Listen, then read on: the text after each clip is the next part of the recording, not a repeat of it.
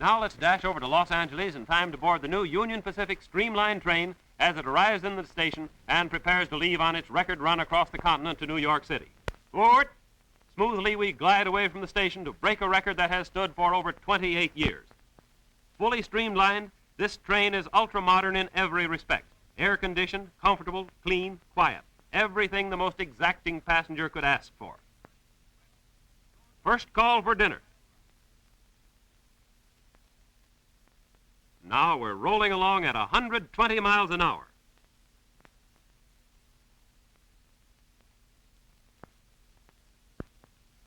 Say, what town is, or was that? Up ahead is a 12-cylinder Winton diesel engine, directly coupled to a huge generator. The engine develops 900 horsepower, and when that power turns the generator, we just more than go. And the remarkable thing is that this engine is lubricated with regular automobile oil, the kind of oil many of us buy at our favorite service station. On and on that giant engine takes us, leaving state after state behind.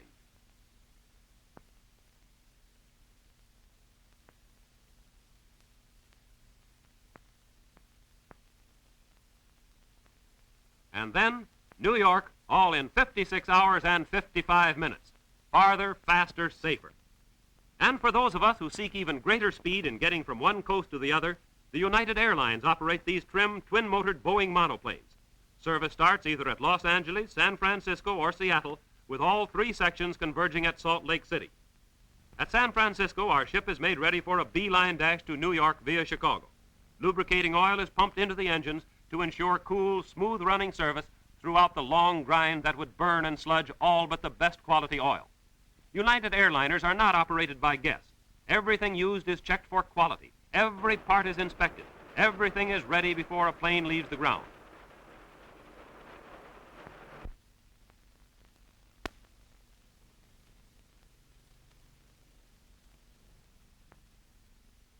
In the pilot's compartment is a full complement of instruments to guide both pilots over the long stretches of mountains, lakes, plains, and cities that make up the United States. Now, everything is set. The flight release has been issued, and the plane taxis to the air station.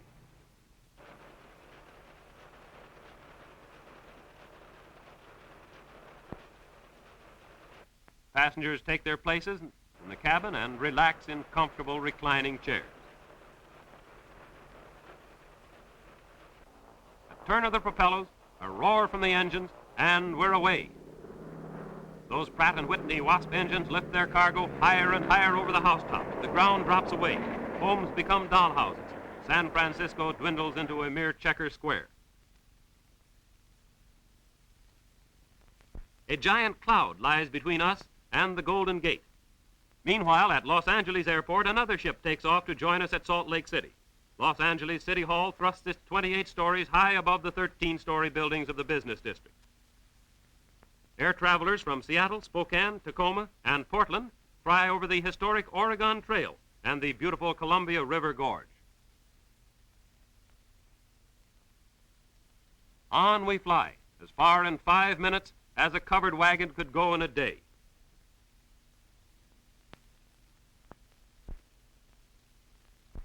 Our ship glides over Lake Tahoe, 6,200 feet above sea level.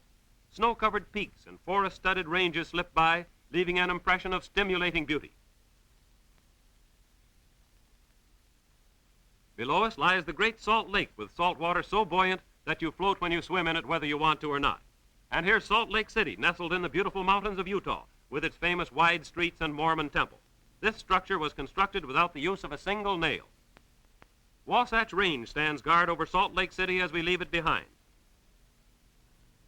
The stewardess, ever helpful, points out a place of interest as the fast-moving panorama passes beneath. Possibly you've wondered about these tall mountain peaks with more than passing concern. This is the way pilots see things. Regardless of rain, snow, or fog, the artificial horizon, aided by other instruments, enables the pilots to keep the ship on an even keel. Other aids are available. The pilots communicate with the nearest of 37 ground radio stations throughout the trip. Now we've reached Omaha, where connections are made with planes from the north and southwest.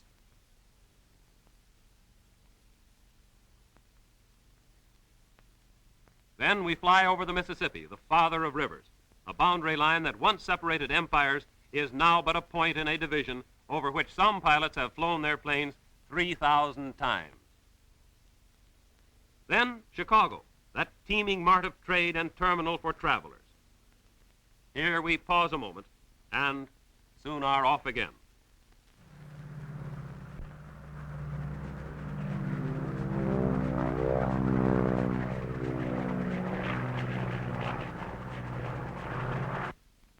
Here's Cleveland with its outstanding railroad terminal in the heart of its commercial center. And then it's only a malted milk or two as we hurry onward to the Statue of Liberty and the one and only New York City. The Empire State Building and near it the Chrysler Spire are up-thrusting beacons above the metropolis of the world, our destination.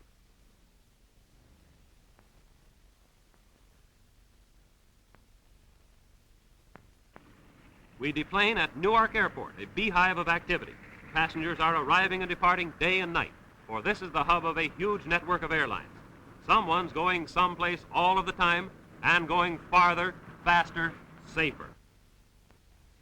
Nor is the spirit of speed with safety confined to interstate land and air travel. This giant 19-ton, 4-engine, 32-passenger Sikorsky airliner is fueled with high-quality gasoline and lubricating oil for a test flight before being delivered to a large aviation company. Out to sea like a daring mariner of old.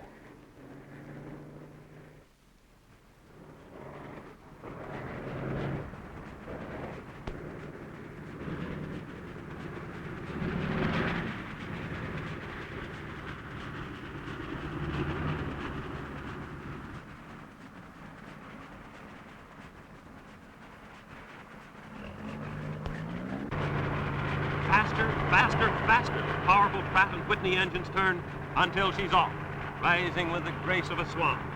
Always forward and upward until the powerful 3,000 horsepower motors are propelling this enormous clipper ship at 160 miles an hour.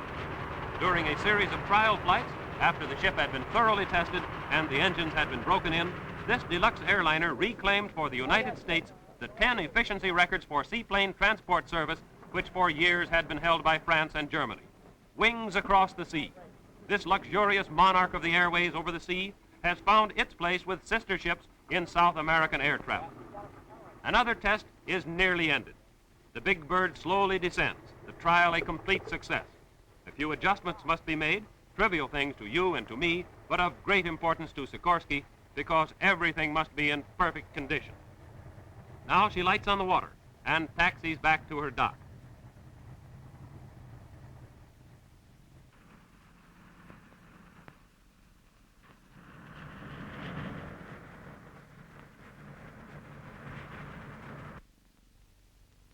Up the ramp climbs the sturdy ship as proud engineers and mechanics prepare her berth in the hangar.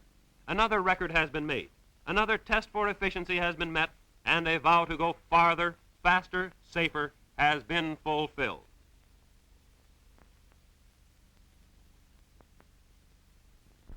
Here's another test for aircraft and particularly for lubricants. These giant condors of the Eastern Airlines start from the cold north and land in the warm south, all within a few hours. This ship looks like a big beetle, but it doesn't maneuver like one. A beetle doesn't know much about flying compared to this competitor for the rights of the airways.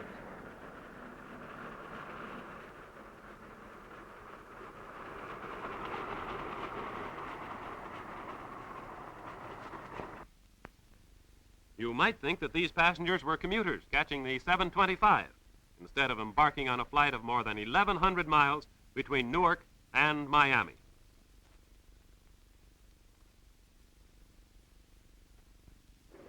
The starter's grown, and away we go.